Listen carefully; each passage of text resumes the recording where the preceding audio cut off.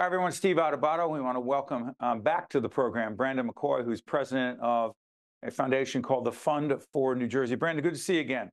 Good to see you, Steve. Thanks for having me. You got it. We're going to put up the website for the Fund for New Jersey. Describe for everyone what it is and what you're focused on and why.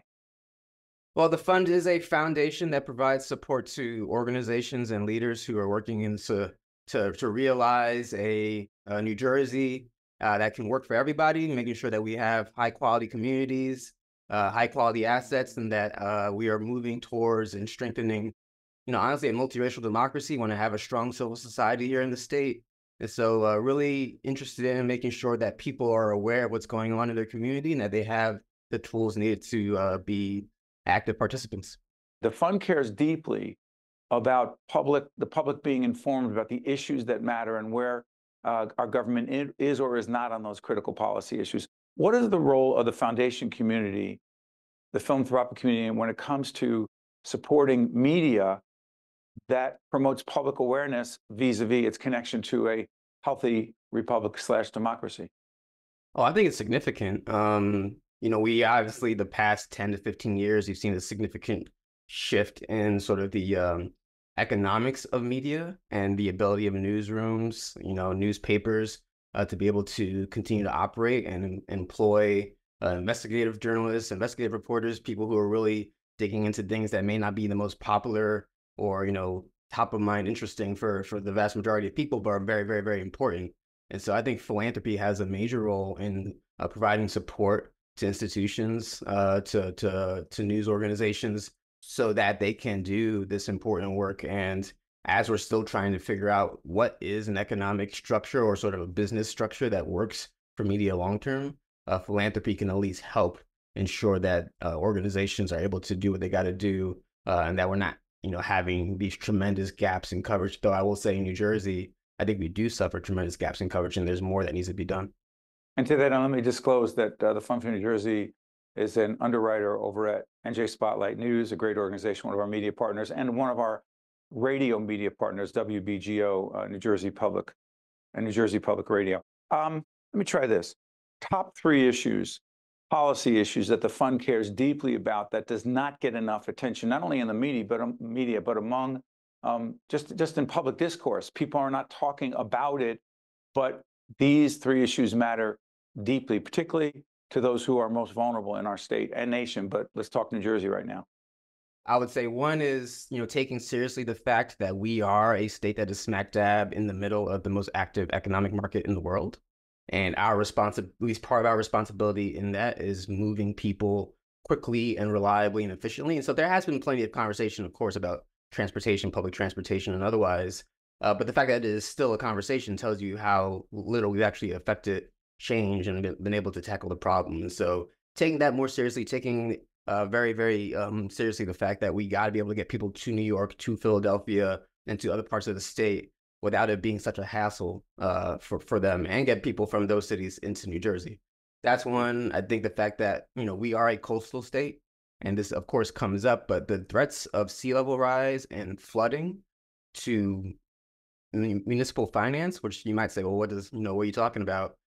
For shore communities, if they're going to start flooding out and we're not doing enough to prevent that or mitigate that, banks are going to maybe make different decisions around mortgage opportunities. Insurance companies are going to make different decisions around coverage.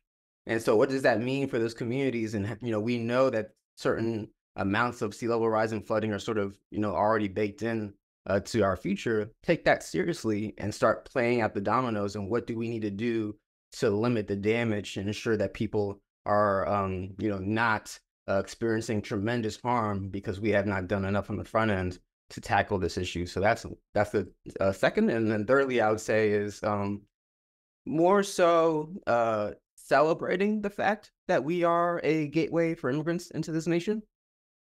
For immigrants are a major part of Main Street business. A quarter, I think up to a quarter of Main Street businesses are owned by immigrants, if not more. They're a major part of our culture. New Jersey is incredibly diverse from a population standpoint in a way that many other places are not, especially relative to our size. And that creates its own dynamics and scenarios, but that's a tremendous strength. And there's not enough, conversation about how do we continue to take advantage of that strength and how do we make sure that we are including immigrants into our state, into our civic life, and making sure that they can succeed. Brandon, a quick follow-up on that. Go back to media coverage of the migrant crisis, okay? If, in fact, we continue to see video, pictures, visuals of urban communities across this nation, including in New Jersey, where the narrative is the migrant crisis is hurting our cities, is hurting taxpayers. It's the government, the federal government and state governments need to change dramatically immigration policy. How does that relate to, and how does that connect to your description of how rich the immigrant history is of our country and our state vis-a-vis where we are right now? Yeah, I mean, I think framing things as a crisis without sort of talking about what are the options to make sure that we are succeeding is a very myopic viewpoint, a very narrow viewpoint. It also can be a dangerous viewpoint depending on how you go about it and put people in dangerous situations that, you know, we don't need to be seeing. We don't want to encourage, you know, negative behavior and possible violence. To be quite frank with you, I think, you know, states doing more to work together, you know, these are not, you know, issues that end at borders. These are regional issues. As you said, national issues. And so New Jersey and New York doing a better job of working together. New Jersey and Philadelphia doing a better job of working together. How about Texas and New York, Texas and New Jersey, where a governor says, yeah, put them on a bus. Yeah, and that's I would say that is not the most responsible decision, and you sort of making things worse. And rather than having these sort of, for lack of a much better term, catty, you know, engagements with each other, you know, realizing these are people, these are not political props.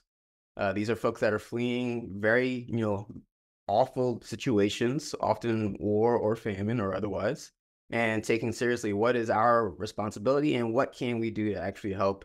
And we have a strong history of incorporating and welcoming immigrants into this nation. This is not something that we cannot do. It's merely a matter of, you know, political choice. And I don't even want to say courage, but responsibility. Yeah, and finally, to Brandon's point, how the issues are framed, not for or against. It's not my place to express an opinion, but when you frame things as for or against immigration or immigrants, migrants, versus how best to deal with these complex issues, it changes the discussion and very often policy decisions made in Washington and Trenton. Brandon McKoy is the president of the Fund for New Jersey. Brandon, I want to thank you so much for joining us. Wish you and your team all the best. Thanks, Steve, for seeing it. You guys stay with us. We'll be right back. Think Tank with Steve Adubato is a production of the Caucus Educational Corporation, celebrating 30 years in public broadcasting.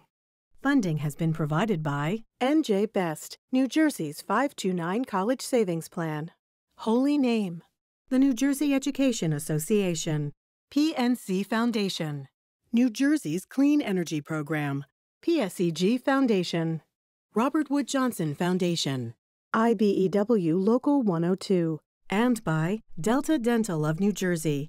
Promotional support provided by NJ.com and by Insider NJ. Hey kids, PBS Kids and Delta Dental want you to have a healthy smile.